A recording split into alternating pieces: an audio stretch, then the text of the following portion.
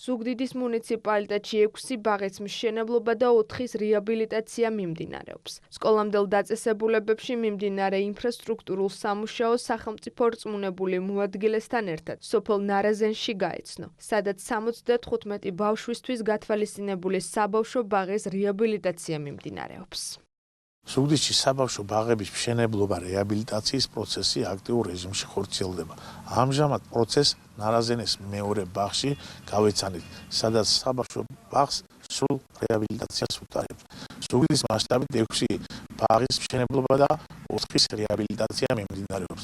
ასევე გასულ წელს დასრულდა 4-ის საბავშვო ბაღის რეაბილიტაცია და ეს პროცესი აქტიურად გაგრძელდება. გაკეთდა ეს ევროსტანდარტების რემონტი.